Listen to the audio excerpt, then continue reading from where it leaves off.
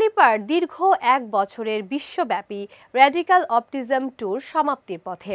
৫ November Singapore থেকে শুরু হওয়া এই সফর ৫ ডিসেম্বর মেক্সিকো সিটিতে শেষ হবে। ট্যুরের শেষ ধাপে তিনি লাতিন আমেরিকার বিভিন্ন শহরে ঘুরেছেন।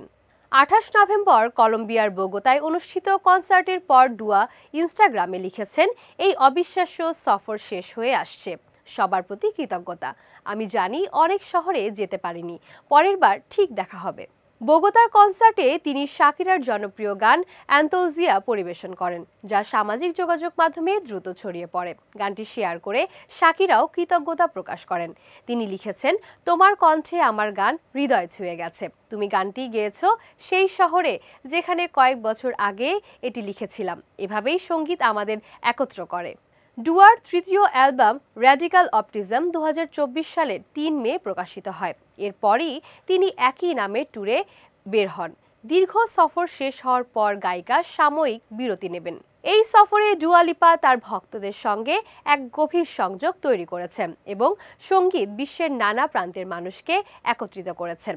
ট্যুরের সমাপ্তি হলেও তার সঙ্গীতের প্রভাব অনন্তকাল ধরে ভক্তদের হৃদয়ে রয়ে যাবে।